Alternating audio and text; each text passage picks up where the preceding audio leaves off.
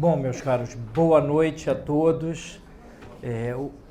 O Bruno pediu-me que escolhesse um tema livre e optei por falar sobre este, que diz respeito a todos nós, direta ou indiretamente.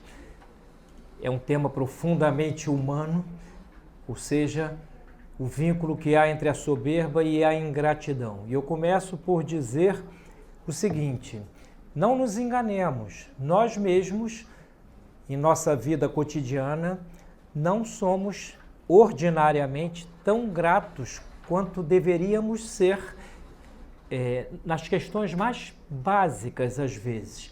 Eu sei que há uma tendência, em tempos como o nosso, uma tendência para a auto-lisonja. Hoje em dia, as pessoas preferem neuroticamente recusar as evidências da realidade e criar mecanismos autocompensatórios, neuroses, literalmente, para se explicarem perante o mundo, mas um mundo que está de pernas para o ar, que perdeu aquilo que o Etienne Gilson, que foi um grande estudioso do medievo, chamava de as formas clássicas da civilização. É uma civilização, a nossa, num estágio que parece, não temos como afirmar isto, mas parece ter um quê de terminal, e isto se vê na degradação da linguagem universitária, da linguagem judiciária, da linguagem nos fóruns políticos.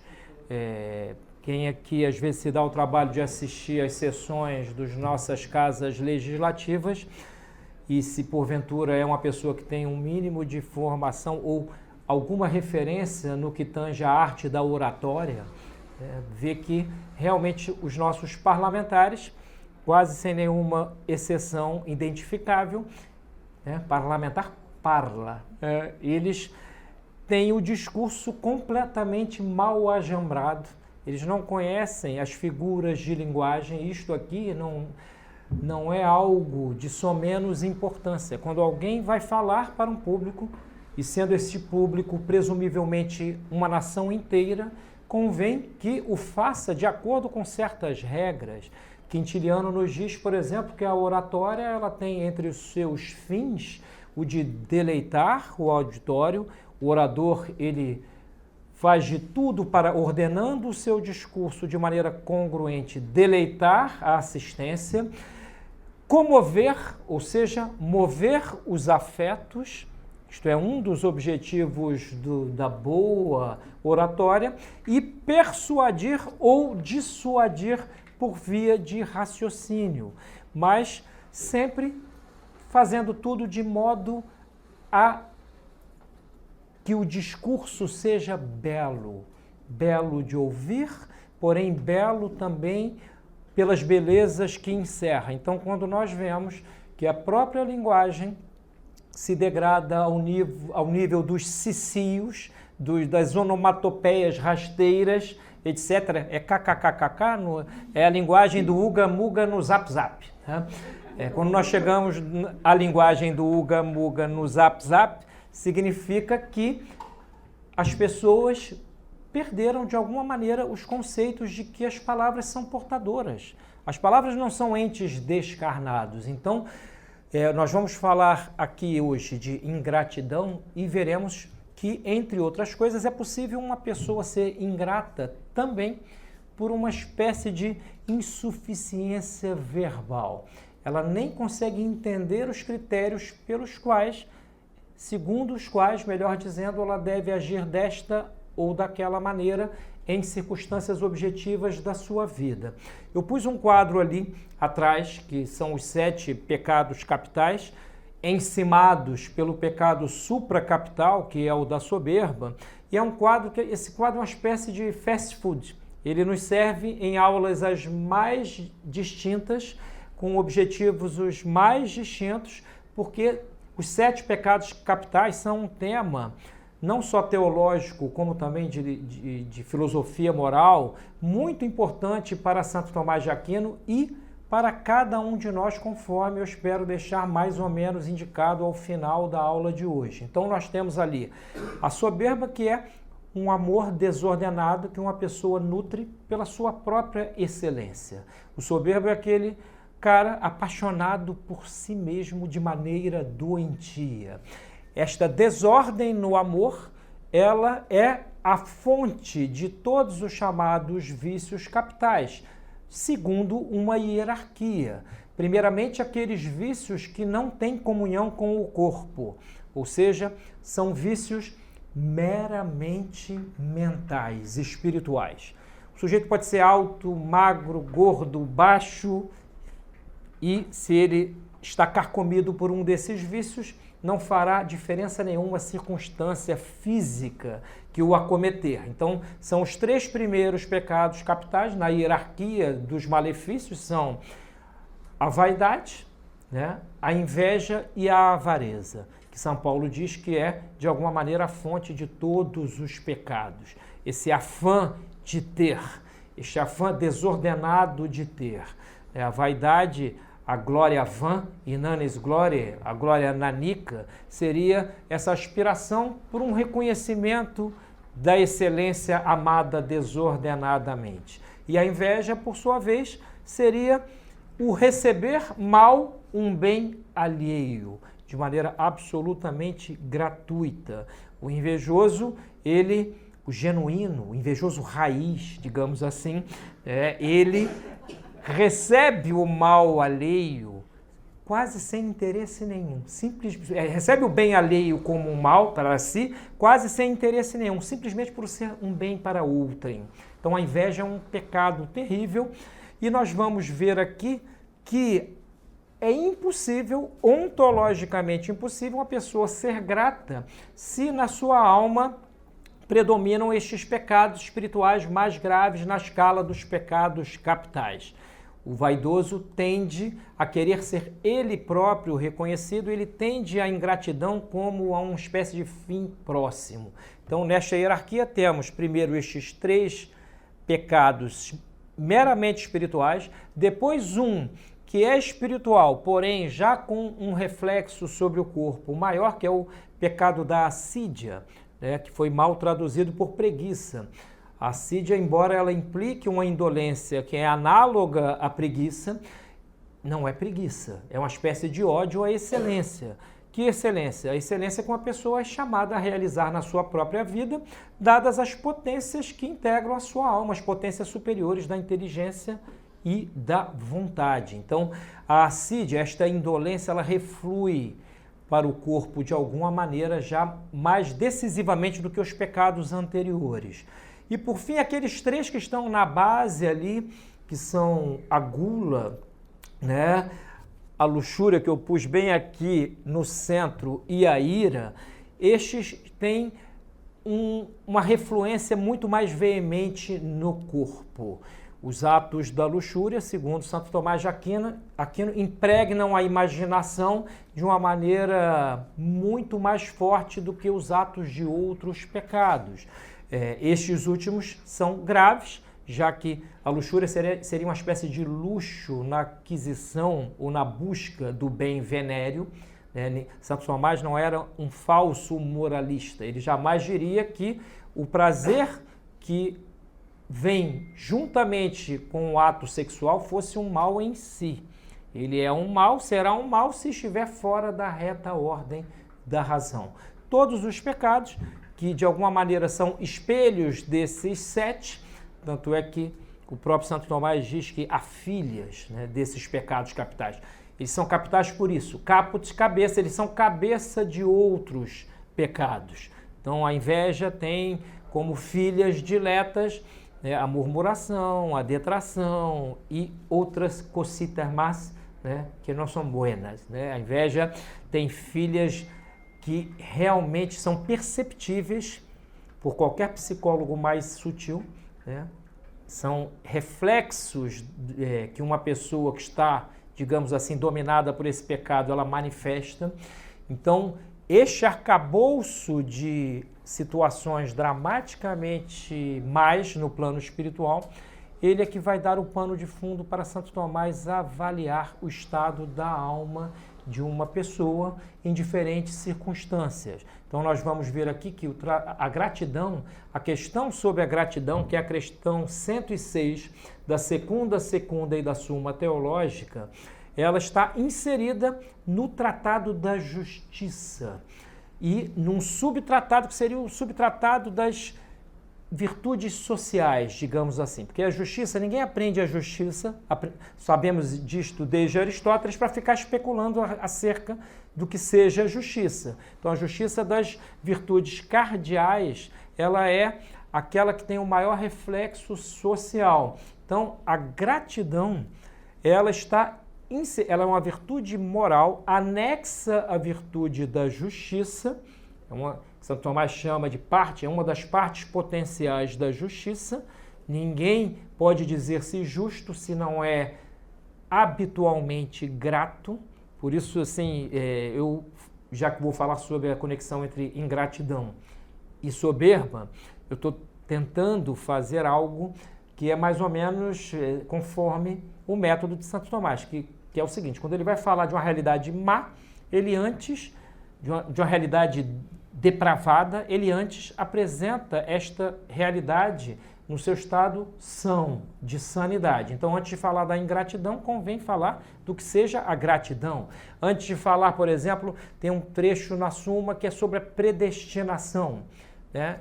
Santo Tomás, como bom filósofo, que também foi, ele não foi só um teólogo, ele foi, acima de tudo, um teólogo, mas o maior dos filósofos. Ninguém aqui há de negar que o tratado De Ente et Essentia, por exemplo, não seja um tratado eminentemente filosófico. O que é o ente, o que é o ser, quais são as formas de participação no ser, nesta ordem toda em que aqui estamos arrojados, etc. E como bom filósofo, ele diz nessa parte sobre a predestinação o seguinte: antes de entendermos o que é a predestinação, entendamos o que é a destinação. Convém descrever o que é a destinação, e ele usa a imagem do arqueiro que mira o alvo. O arqueiro, ele aponta para o alvo, o arco é, como diria, flectido, seria é flexionado, e ele solta e a flecha é destinada a um alvo. Ora, a flecha não alcançou o alvo. Santo Tomás se pergunta: isto significa que ela não foi destinada ao alvo? Claro que não. A destinação está no destinante e não na coisa destinada. Pode ser que tenha passado alguém no caminho da flecha, o vento era muito forte, então o ato de destinar não se anulou, a destinação não se cumpriu. Analogamente é o que acontece também com a predestinação. Deus, com vontade antecedente e com um amor supremo, ele quer a nossa salvação. Porém, nós somos como esta flecha. Pela nossa liberdade, muitas vezes, usando o mal da liberdade, nos fechamos ao influxo da glória e não cumprimos este destino espiritual superior. Então, Santo Tomás, em tudo, ele busca a raiz metafísica e, no caso dos atos humanos, é o que faz muita falta hoje nas discussões a respeito até da política, né? Hoje em dia é uma coisa fervorosa, né? As discussões políticas nos Facebooks da vida, no Instagram, etc.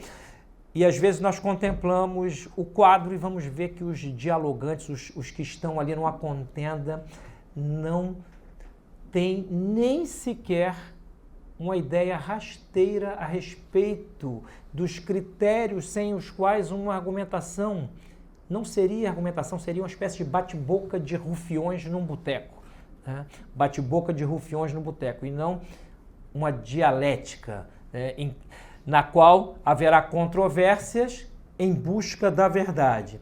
Então, todos nós, de alguma maneira, estamos afetados, isto é uma pressuposição teológica, que é a mancha do pecado original, todos nós temos algum grau de soberba na alma.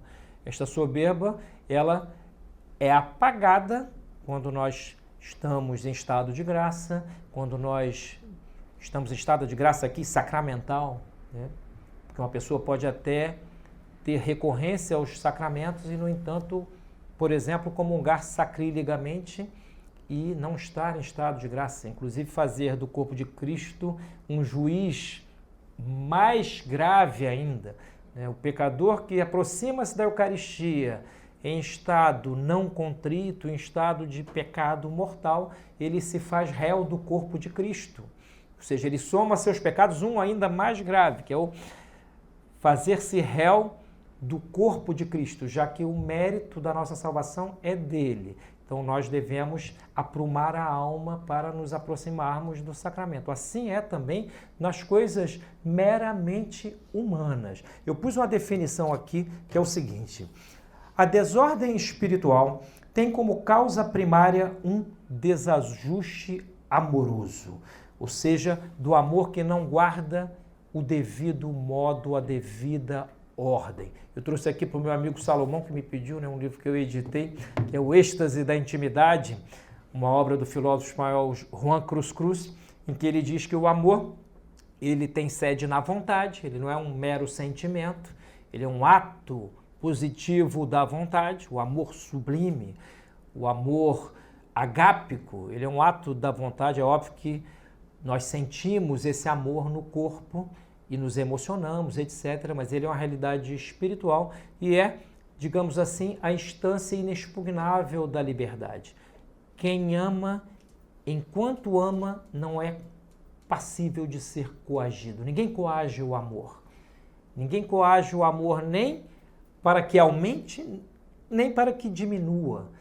Nenhum torturador poderá fazer com que eu ame menos o meu filho do que eu, na verdade, amo. Então, não está na mão de terceiros mudar o nosso amor, o padrão do nosso amor. Então, quando aqui se diz que trata-se de uma desordem do amor, é exatamente o que Santo Tomás vai dizer no caso da ingratidão, que ele chama de defeito do amor na questão 107 desta mesma secunda e da Suma. Eu pedi ao Bruno aqui que me trouxesse uma Bíblia, só para ler um versículo aqui de Mateus 6, 7. A própria Sagrada Escritura nos aponta para o estado de ingratidão em algumas ocasiões, em parábolas que Cristo dá de graça para os apóstolos. E uma delas é atualíssima. Não deis aos cães o que é santo. Essa Bíblia aqui é a tradução do Padre Mato Soares. Não deis aos cães o que é santo, nem lanceis aos porcos as vossas pérolas, para que não suceda que eles as calquem com os seus pés e que, voltando-se contra vós, vos dilacerem. Ou seja, estes porcos aqui a que faz referência a Nosso Senhor são aqueles ingratos que estão no estado de ingratidão tal que qualquer benefício que se lhes faça será respondido com um ato formal de ingratidão. Por isso que eu costumo dizer que a ingratidão é o atestado de óbito de uma amizade, por delito, é um atestado de óbito por agressão gravíssima, E assim acontece também em outras passagens da Sagrada Escritura, como a dos 10 leprosos. Cristo cura 10 leprosos, isso está lá em Lucas 17, 11 e seguintes. Ele cura 10 leprosos e só um volta para agradecer. E ele pergunta a este homem ingrato: onde estão os outros 9? 9 não voltaram. Vocês já pararam para pensar o que significa isso? 9 não voltaram para dar graças ao benfeitor, numa benfeitoria extraordinária, que é curar-se da lepra, que então era uma doença mortal. O leproso era um excluído social. Então, só um volta. Há várias passagens da Sagrada Escritura que aludem tanto ao grato como ao ingrato. A mulher que em Betânia, há uma semana da Páscoa, pega um alabastro e com um perfume caríssimo, unge a cabeça de Jesus e é repreendida por Judas, que era o dono da bolsa. Olha a avareza aí. Judas é o que tomava conta do dinheiro dos apóstolos, da bolsa comum. Ele repreende a mulher, e ela é, digamos assim, um dos muitos pontos de analogia na Escritura para a pessoa grata. Nós devemos agradecer aquele que nos beneficia, aqueles que nos beneficiam. E aqui vale dizer o seguinte: Santo Tomás, nesta questão 106 da Secunda, ele diz que A gratidão tem, antes de tudo, 3 elementos básicos. O primeiro é reconhecer o benefício. A pessoa, moralmente, quando é objeto de um benefício, ela tem que identificar este benefício. É um dever moral. Por isso que está no Tratado da Justiça. A ingratidão é uma lesão à justiça, enquanto realidade sublime, humana. Então, o primeiro ponto da gratidão é reconhecer o benefício. O segundo ponto é, de viva voz, manifestar este benefício, louvando o benfeitor, ou em privado ou publicamente, mas jamais deixando de fazer isto, porque é a expressão da gratidão. Há um estudioso que é de São Paulo, que é o professor Jean Lawande, eu acho que é dele um estudo em que fala das palavras de agradecimento em várias línguas, né? E ele nos diz que, por exemplo, há 3 graus de gratidão. O primeiro seria esse reconhecimento, o segundo a louvação e o terceiro grau é a retribuição. Ou seja, Santo Tomás diz que a pessoa que foi agraciada, ou seja, recebeu um favor de graça, ela deve, no momento oportuno, retribuir. E esse estudo diz o seguinte: em português nós temos a maneira de agradecer que representa um vínculo mais profundo, que é este último: obrigado. Né? Eu estou me vinculando a quem fez o benefício, sinto-me obrigado a restituir. Né? Diferentemente do agradecimento em outras línguas, que, por exemplo, em algumas delas manifestam o segundo grau da gratidão, que é o manifestar o louvor, gracias, né? Ou grazie. Né? Então, assim, nós existimos numa língua, né, que tem algumas peculiaridades maravilhosas. É a língua da saudade, é a língua que tem coisas que devemos amar. Devemos amar. Tem aqui, eu sempre falo isso, tenho aqui em minha mirada, o professor Sérgio Pachá ali atrás, e eu contemplo e penso, caramba, ainda temos entre nós pessoas que dominam a linguagem neste padrão superior, sem o qual não há civilização. Não há relação entre as pessoas, relação minimamente humana. Nós, pelo verbo, nós existimos pelo e com o verbo, não existimos só corporeamente. Nós somos capazes de alcançar o terreno das abstrações, e isto se faz por meio da linguagem. Então, não tenhamos uma linguagem canalha, uma linguagem medíocre, né? Não atualizemos a nossa vida no dia a dia, né, com uma linguagem torpe. Busquemos as referências. Nós temos grandes referências na nossa língua que precisam ser frequentadas, principalmente aqueles que são o grau máximo. As coisas são o que são em relação ao seu grau máximo. Conversava aqui antes da aula, falava exatamente isso. No caso da língua portuguesa, o grau máximo em poesia é Camões. O grau máximo em prosa provavelmente é o Padre Antônio Vieira.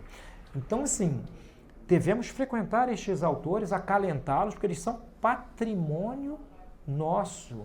É óbvio que tudo tem uma gradação. Nós estamos aqui, eu vou tentar mostrar como há uma gradação de pecados que provindo da soberba acabam descambando na ingratidão.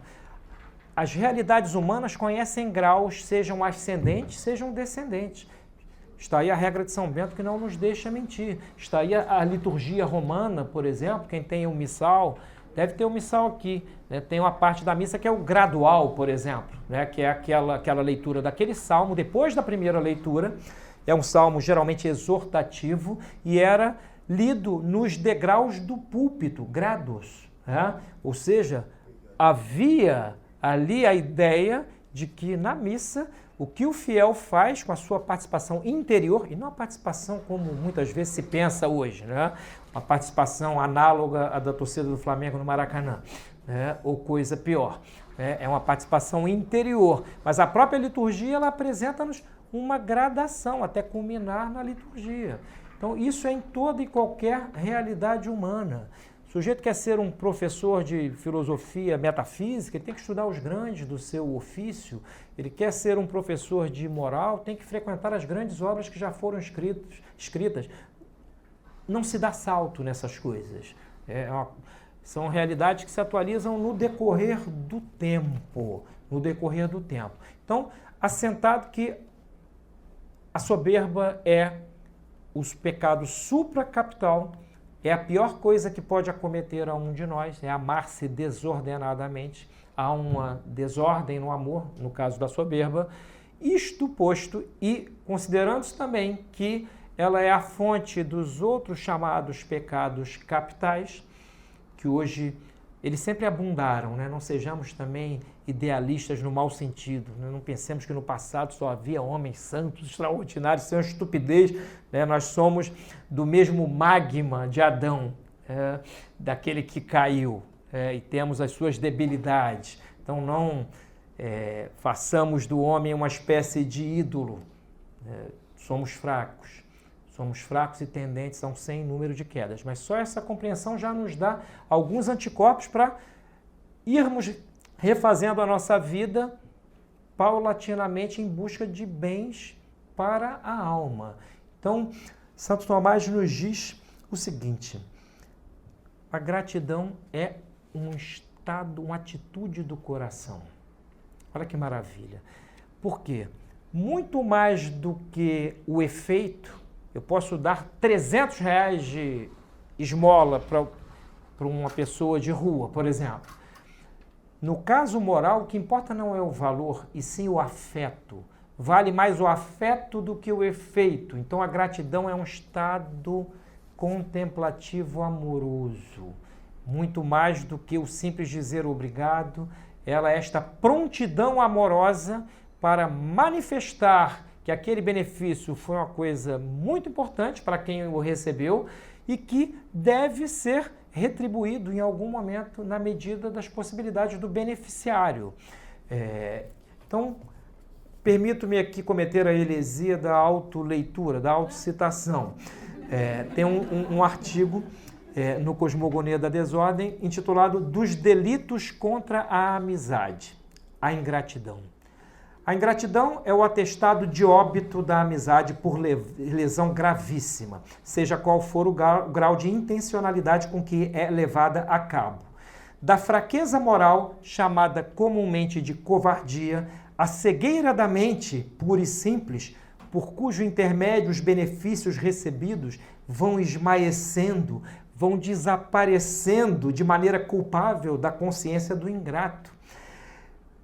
Ou seja, o ingrato, ele é acometido de uma espécie de cegueira mental e entra numa espécie de silogismo em que diz assim para si mesmo de maneira meio vexada, né? Afinal de contas, não foi tão grande assim o benefício, né? A circunstância também, eu faria a mesma coisa naquela circunstância. É uma espiral de justificativas de algo, é uma tentativa de entrar na intenção do outro que beneficiou, e ninguém adivinha o coração alheio. Aliás, a tentativa de adivinhar a intenção alheia é um pecado grave de presunção. Gravíssimo, né? Todos nós, de alguma maneira, em alguns momentos da nossa vida, já presumimos mal de irmãos, familiares, de amigos. Agora, só o enxergar isto já é uma coisa extraordinária para nos recolocarmos de uma maneira melhor do ponto de vista moral. Trata-se de muletas psíquicas pelas quais uma pessoa tenta desculpar-se a si própria e acaba por inculpar a quem lhe fez o bem. Como se pode adivinhar, o fim da carreira do ingrato é se transformar num mau caráter de estrita observância. A gratidão é um dever moral. E Santo Tomás diz uma coisa linda nesta questão. Eu pus ontem no meu Facebook já para tirar gosto, né? Ela é um dever moral fruto de uma dívida de amor, né? Olha que coisa bonita, né? Eu tenho um dever para com quem me beneficiou, um dever contraído, né? Percebido com os olhos do amor. É óbvio que numa sociedade em que estas questões parecem sutis demais para serem discutidas, as pessoas estão mais preocupadas na materialidade das coisas do que na formalidade dos conceitos. É óbvio que isso parecerá talvez uma conversa meio bizantina, né? Alguns vão achar meio estranho. Porém, nós somos filhos desta civilização, digamos, sem o menor prurido, superior, porque é a civilização calcada no próprio verbo que se fez carne, né? E hoje nós somos, muitos de nós são filhos ingratos, né? Não querem receber este tesouro, esta herança, não querem ser herdeiros reais de algo sublime. O que a igreja nos deu foi o ápice na música, na literatura, no direito, na arquitetura, na pintura. Quando nós pensamos, por exemplo, em alguns pintores medievais, vou dar um exemplo aqui de um que eu acho verdadeiramente sublime, Fra Angelico. Né?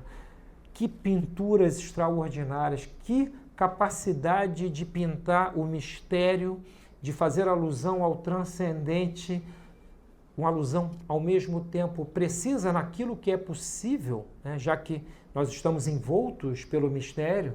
Isso não quer dizer que não entendamos algo dele, só o compreendermos que a nossa finitude, ela tem para além dela algo que se chama mistério. O sentido do mistério é o que dá fecundidade à nossa alma. Nós não vamos explicar toda a realidade com conceitos, nós não esgotamos o ser com o nosso conhecer, o nosso intelecto é finito, ele se vale do corpo para, abstraindo das coisas que os sentidos percebem, alcançar os conceitos. Então temos que ter esta humildade radical. Nós conhecemos da realidade muito pouco, uma parcela ínfima daquilo que ela é muito mais pletórica do que nós conseguiríamos alcançar pela filosofia, pela teologia. Por isso Santo Tomás diz que nem na glória, sub lumine glória, sob a luz da glória, quando os intelectos daqueles que serão salvos estarão deificados de alguma maneira, nem ali o homem resolverá o mistério. Porque de Deus é infinito, o intelecto finito não pode elucidar o infinito. O mistério não é um enigma. Um enigma pode ser resolvido. Édipo resolveu o enigma da esfinge, já ia dizer da serpente. O mistério é irresolvível em sua própria natureza, porque ele é, acima de tudo, Deus mesmo. Então nós somos filhos desta civilização superior. Está na hora de recuperarmos esta herança que nos é dada e é nossa por direito e entendemos que podemos agir com critérios superiores. Então, Santo Tomás, a ingratidão é essa lesão à justiça, lesão gravíssima, e ela pode ser com relação ao amigo, como eu cito aqui num trechinho deste artigo, mas ela é sobretudo com relação a Deus, porque nós devemos ordenar a nossa vida. Significa que é preciso que amemos as coisas mais amáveis com maior intensidade. Se alguém está no Louvre e pega fogo e a pessoa resolve salvar a Mona Lisa e deixar o seu filho morrer dentro de um carrinho, né? Significa que ela dá mais valor a um objeto da arte do que a vida humana, que é fonte de toda a arte já feita, né? É fonte material, pelo menos, né? A fonte suprema é Deus. Então, para hierarquizarmos os temores, é preciso que hierarquizemos os amores. Então, o amor primeiro é ao sumo ser que é Deus. Por isso que Santo Tomás nos diz neste tratado, nesta parte do seu tratado da justiça, que o primeiro dever de justiça é para com Deus, é a virtude da religião, que se atualiza, entre outras coisas, na virtude da piedade. Então, nós vamos vendo que com estas hierarquias, nós vamos abarcando toda a ordem do ser. Então, devemos ser gratos a Deus acima de tudo, aos nossos pais. Deus nos deu o ser. Os nossos pais nos deram a vida, a forma humana, né? A pátria, né? O país, o solo que pisamos. Nós não somos filhos das ervas, tem uma história, nós temos um passado. Então, o amor à pátria, neste sentido, não é o patriotismo tosco que às vezes vemos por aí, é um patriotismo profundo, que vai à raiz formal do nosso ser e estar no mundo. Esse ato de gratidão é o terceiro mais importante, segundo Santo Tomás. Deus, pais, pátria, depois amigos, depois benfeitores, mestres, etc. Nós devemos coisas a estas pessoas, porque o que temos nós que não tenhamos recebido? É a pergunta que faz São Paulo. Tudo que nós temos, nós recebemos. A vida, uma roupa, veio de outrem. Né? Nós não somos proprietários inalienáveis nem sequer da nossa própria vida. Eu não posso definir quanto tempo, né, eu estarei aqui pisando neste chão inclemente. Né? E mesmo a pessoa que põe fim à sua vida, justamente por ela não ser proprietária desta vida que recebeu, ela comete um ato que lesa também a justiça gravemente. Tá? Há uma questão muito interessante sobre suicídio, não vou trazer aqui a vocês, embora tenha vindo com mais intenções, né? Eu estou com uma indisposição estomacal, estou tomando remédios de ontem para hoje, não sei o que eu comi, né, que não me fez bem. Aí eu pensei assim, vou lá no Centro Dom Bosco e, fazendo-os ouvir-me, vou causar neles também uma indisposição estomacal. Vou fazer uma coisinha ruinzinha. Perdão pelo bom humor, mas sem uma pitadinha de lúdico, né, a vida seria insuportável, ainda mais neste hospício a céu aberto em que se transformou tudo. Né? As pessoas estão exiladas do Logos, cada vez mais. Né? Elas estão completamente birutas. E dentro da igreja, fora da igreja, assim, o mundo hoje realmente é uma espécie de realidade. Se Deus, por um decreto inamovível da sua vontade, decidisse que a partir de amanhã a atual geração será imortal, é o inferno. Nós estamos vivendo uma antessala do inferno, de alguma maneira, né? Porque o céu seria a eternidade no bem e não nesse tormento. Né? Não, a perenidade no mal, podemos chamá-la analogicamente de inferno. Então, assim, não percamos do nosso horizonte. Soberba, amor desordenado de uma pessoa a si mesma. Ingratidão, incapacidade de reconhecer um benefício, de louvar o benfeitor e de retribuir a ele.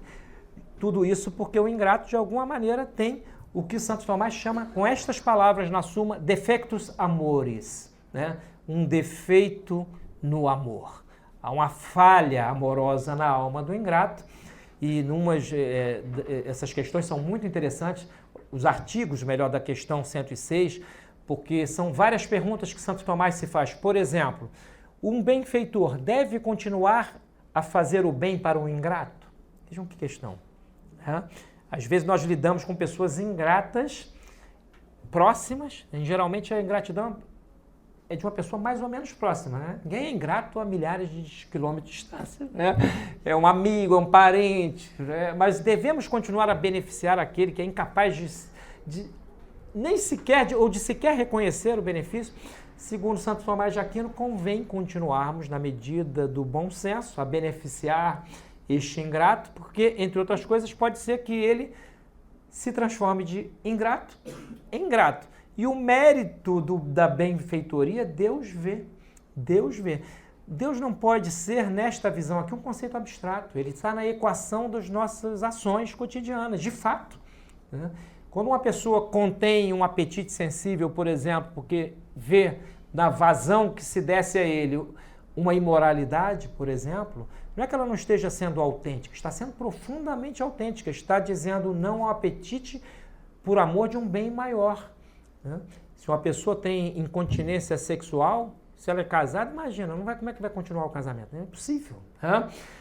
Então, nem toda vazão a um apetite sensível convém.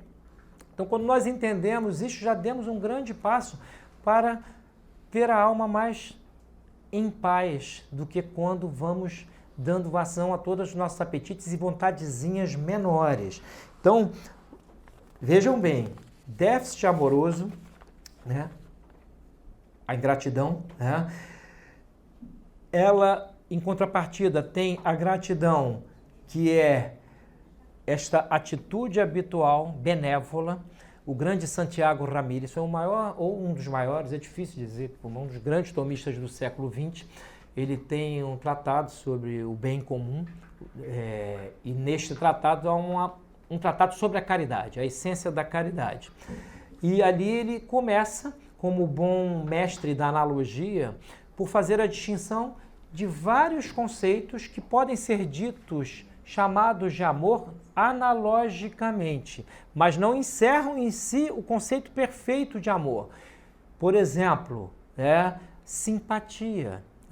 Originalmente no grego começou a significar uma espécie de sofrer com o outro. Pathos é sofrimento. O amor não é uma simples simpatia. A simpatia, inclusive, muitas vezes, ela provém de uma percepção física, até o que diz Santiago Ramírez com base em Santo Tomás. Às vezes simpatizamos de cara com alguém, mas isso ainda não é o amor. Benevolência, o amor também é benévolo, mas o conceito de benevolência não esgota o conceito de amor. Está para o de amor como a espécie está para o seu gênero comum superior, beneficência e outros mais. É verdade que muitas vezes benignidade. Benignidade é um que Santo Tomás acolhe, cuja etimologia ele acolhe de Santo Isidoro de Sevilha, que diz o seguinte: está errada a etimologia, mas é linda, é linda.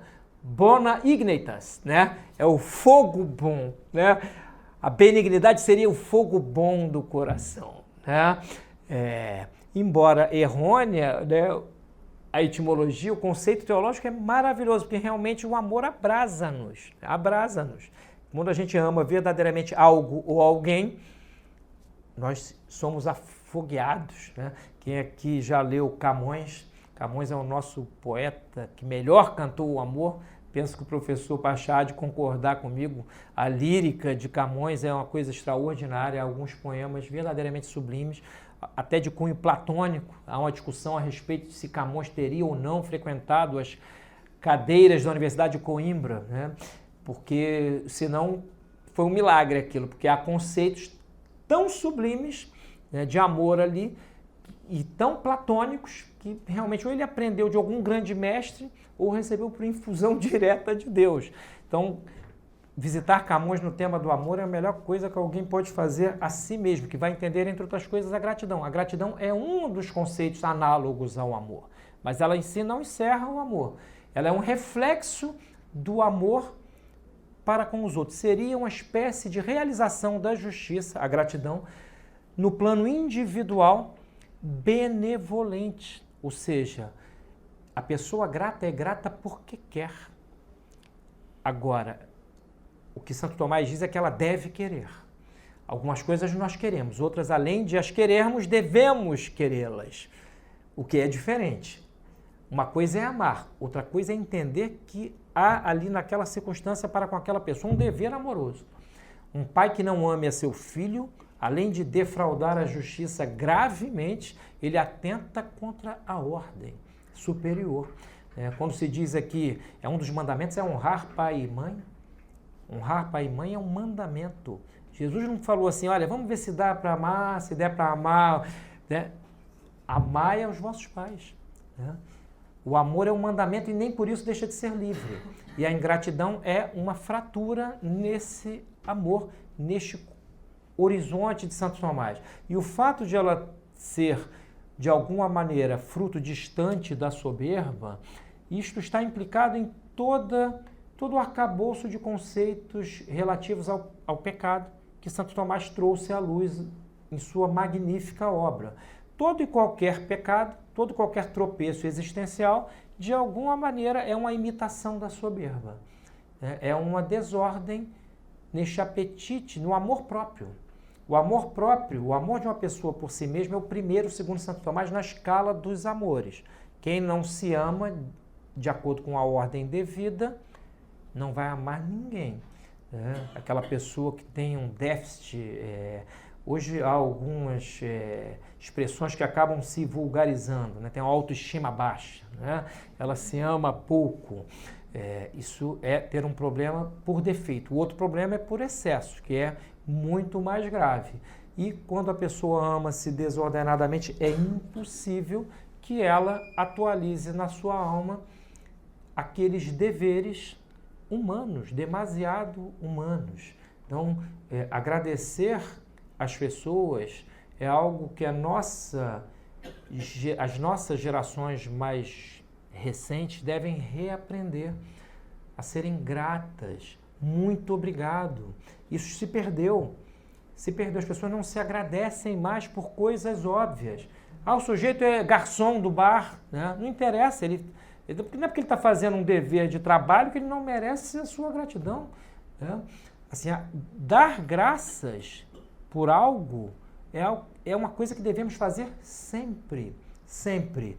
Aqui na Suma, para vocês terem uma ideia, olha como é um vitral. Vejam como é uma catedral. Esse pedaço do Tratado da Justiça, que são as partes potenciais, primeiro Santo Tomás diz da justiça particular, e ele fala, antes de tudo, das dívidas para com Deus, virtude da religião, para com os pais. Devemos piedade, no sentido mais profundo do termo, amar aos pais com piedade. É óbvio, nem todos os pais serão bons, mas isso não retira de nós este dever.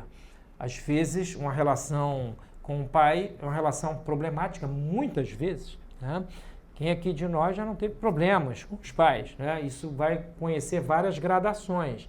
Porém, este dever amoroso é um dever de benevolência. E aqui entra o conceito da benevolência mesmo. Eu quero o bem para aquela pessoa. Às vezes é difícil conviver com ela. Às vezes eu não vou pode ser que eu não venha conviver porque ela é insuportável. Há pessoas insuportáveis materialiter, né?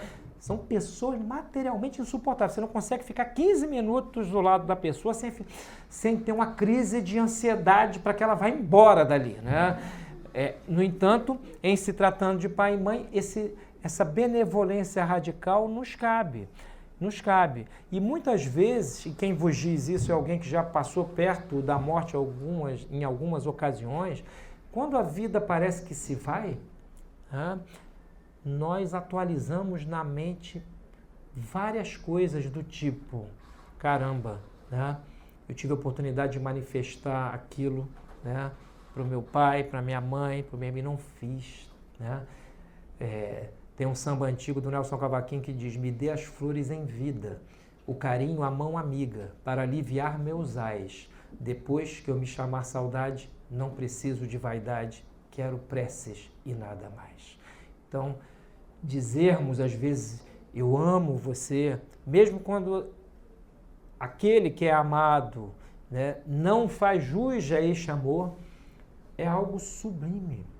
Porque o amor não é uma questão de merecimento, é isto que Santo Tomás está nos dizendo aqui. Não amamos as pessoas porque elas merecem ser amadas, amamos porque amamos, né?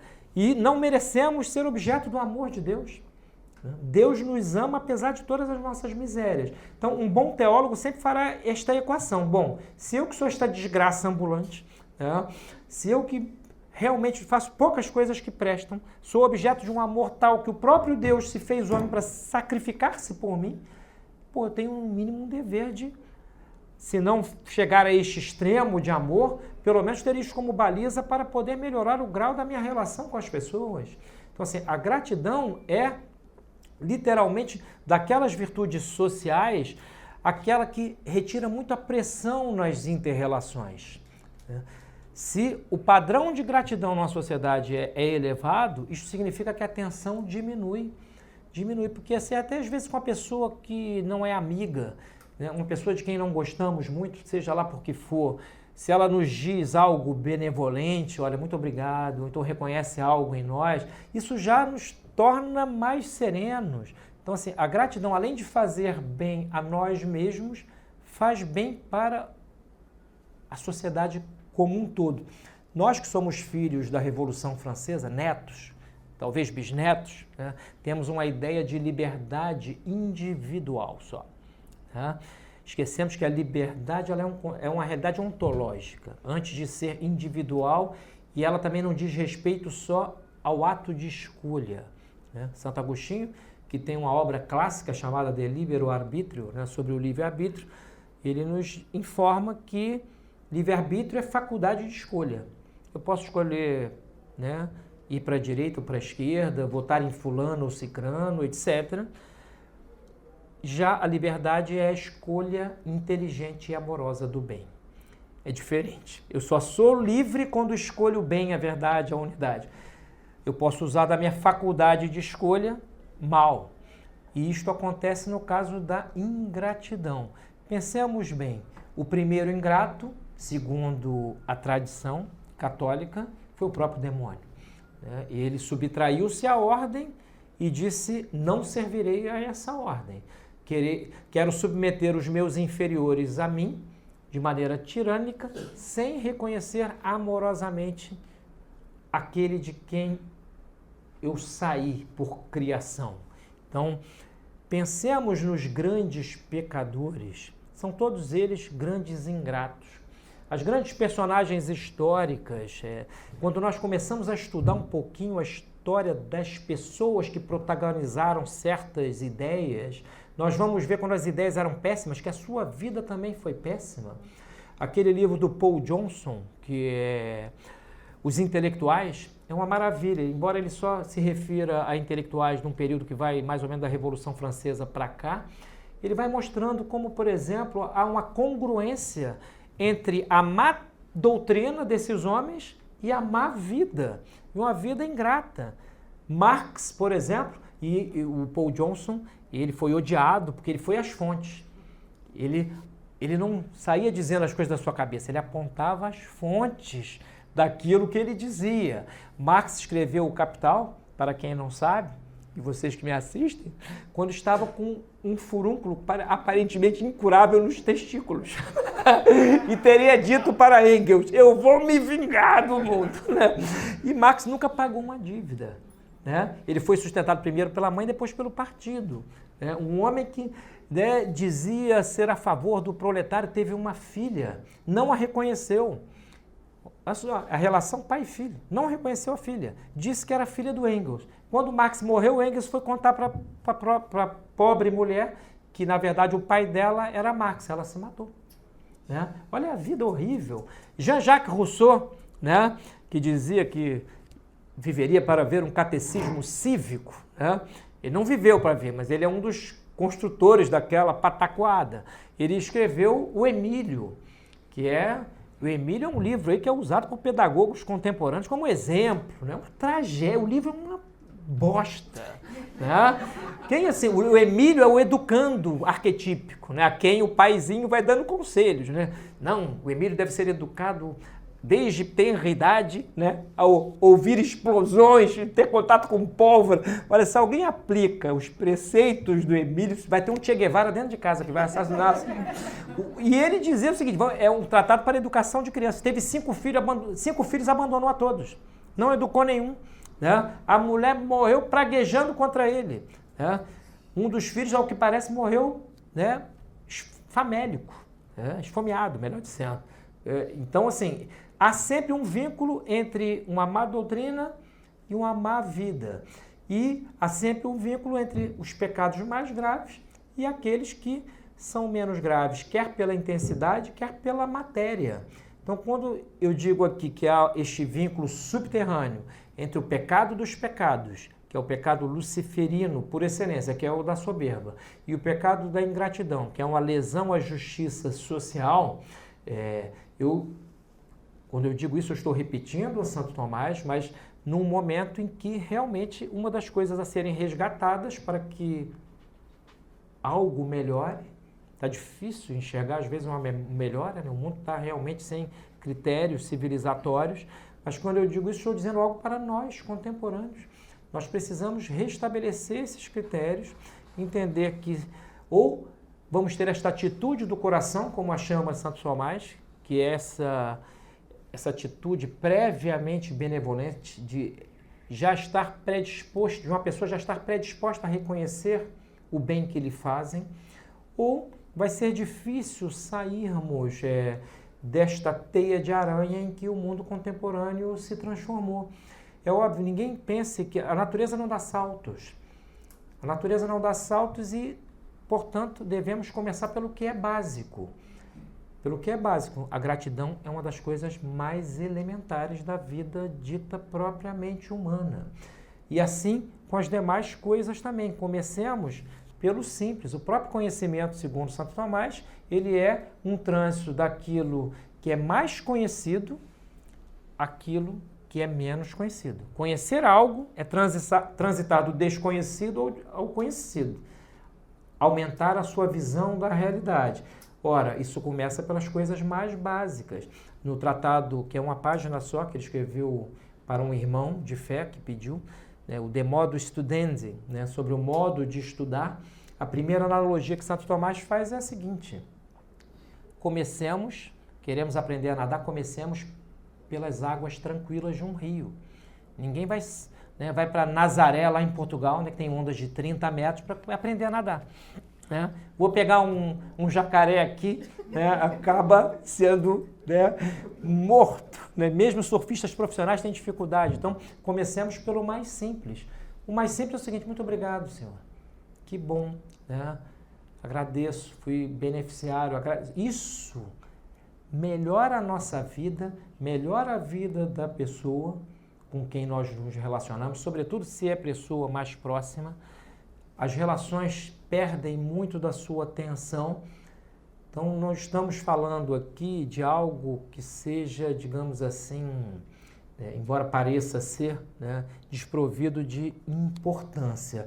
Eu não sei a quanto anda o meu tempo, a quantas anda o meu tempo, mas fiquemos com isso no horizonte, não tenhamos atitude desagradecida do soberbo, que isto é uma tragédia para nós. Vamos virar aquela pessoa sempre que vai ter afã de reconhecimento, vaidade, né? Que vai receber mal o bem alheio, inveja, que vai querer para si bens de maneira desordenada, avareza. Então, embora às vezes uma realidade superior formalize as inferiores, muitas vezes ela começa pelas inferiores. Então, comecemos pelo básico. A gratidão, ela é um ato de justiça que deve tornar-se habitual. Ou isto, ou uma espécie de caminhada paulatina, um estado psíquico dramático. A pessoa afoga-se no raso, e depois que uma pessoa chega a afogar-se no raso, é difícil levantar a cabeça.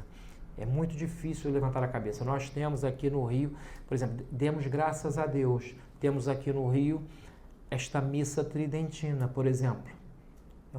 É um bem. É um bem. A liturgia romana é uma coisa extraordinária. Nós temos isto à nossa mão. Tudo bem, puseram na igreja menor agora, no horário mais cedo, etc. E eu creio que não terá sido para facilitar a nossa vida, mas também o grau de dificuldade aumenta o mérito. Então agradeçamos a Deus quando vemos um dia mais nascer, agradeçamos a Deus pelas realizações que nós temos na nossa vida, agradeçamos aos nossos amigos, porque se o fazemos, vamos até adquirindo critérios até para irmos escolhendo melhor os amigos. Por exemplo, eu não quero ser amigo de ingratos. Eu vou tolerá-los, mas assim, não vão privar da minha intimidade. Então, quando nós observamos essas realidades, nós vamos purificando a nossa ação, a nossa consciência e o nosso modo de agir para com os outros e diante do próprio espelho da nossa consciência. Eu tinha algo mais para ler. O Bruno não entrou aqui ainda, o presidente. Me interrompa. Mas vale dizer algo. Olha, algoritmos da ingratidão. A ingratidão tem vasta tipologia, explicitada pelos motivos que a conformam. S ingrato por malícia, S ingrato por fraqueza, S ingrato por ignorância. Estas três espécies gerais da ingratidão se subdividem em incontáveis tipos mais ou menos deletérios, os quais muitas vezes se mesclam e cooperam de diferentes maneiras para fazer arraigar na alma de alguém este vício. Exemplifiquemos.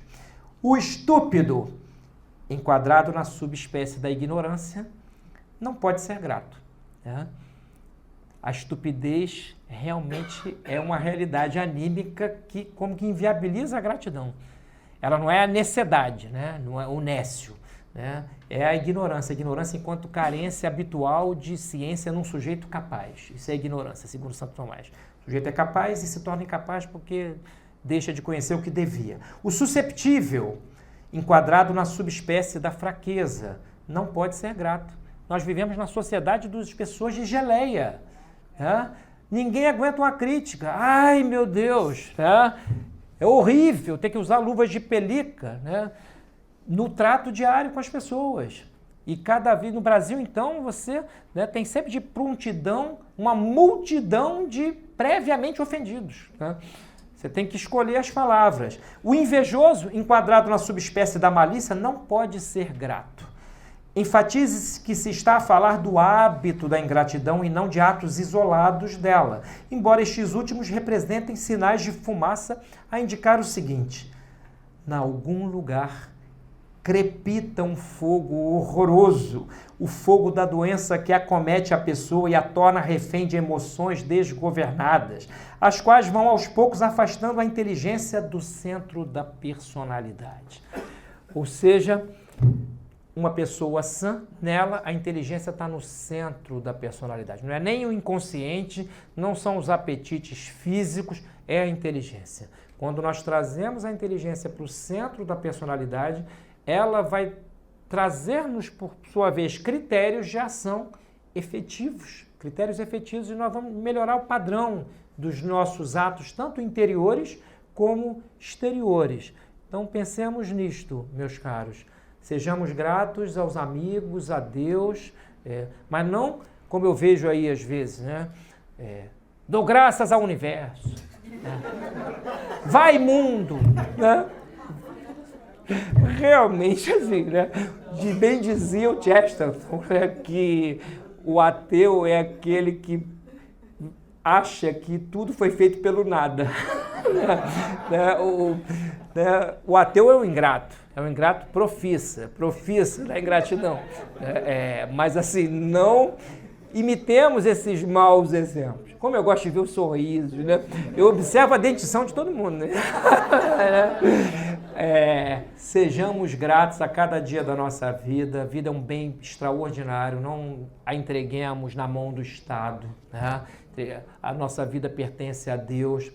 Né, desenvolvamos o melhor que pode haver em nós, né, a aquisição de hábitos virtuosos é difícil, mas temos modelos que são os santos, temos doutrina, que são os grandes teólogos, temos história, que são as grandes realizações da humanidade, né, um São Francisco não se acha ali na feira, né, um Santo Antônio, né, isso é uma coisa que eu dizia lá na primeira fase minha do CDB, cuidado para não confundirmos piedade com santidade. A piedade é um dever de justiça, inclusive. Eu posso rezar o terço todo dia, mas não é por isso que eu vou ressuscitar um morto. Né? Santo Antônio fez isso. Santo Antônio foi o Padre Pio do século XIII, digamos assim. A história, os Fioretti de Santo Antônio, né? O relato dos milagres de Santo Antônio são uma coisa sublime. E os sermões de Santo Antônio não é um santo casamenteiro. Santo Antônio é um dos maiores oradores da história da igreja. Ele é o modelo do nosso Padre Antônio Vieira. Os sermões de Santo Antônio são de chorar, são de uma beleza que realmente, quando uma pessoa lê, ela se comove com aquilo. Então, Santo Antônio ressuscitou um morto, que foi o seguinte: os pais dele estavam sendo acusados de terem assassinado uma pessoa. Ele estava em Pádua, né? Isso foi em Lisboa. Santo Antônio, segundo consta, tinha o poder da bilocação. Ele foi visto em Lisboa e chamou o alcaide da cidade. Vamos perguntar ao morto. E foi aquela trupe pro cemitério. Né? Quando chegam lá no cemitério, com várias testemunhas, desenterram o pobre recém-morto. Né? E Santo Antônio vira-se para ele e diz: foram estes aqui os responsáveis pela tua morte? Não. Aí depois o morto voltou a morrer.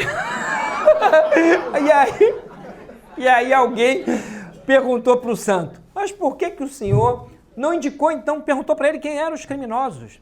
E o santo: eu vim aqui para desfazer uma possível injustiça e não para apontar um culpado.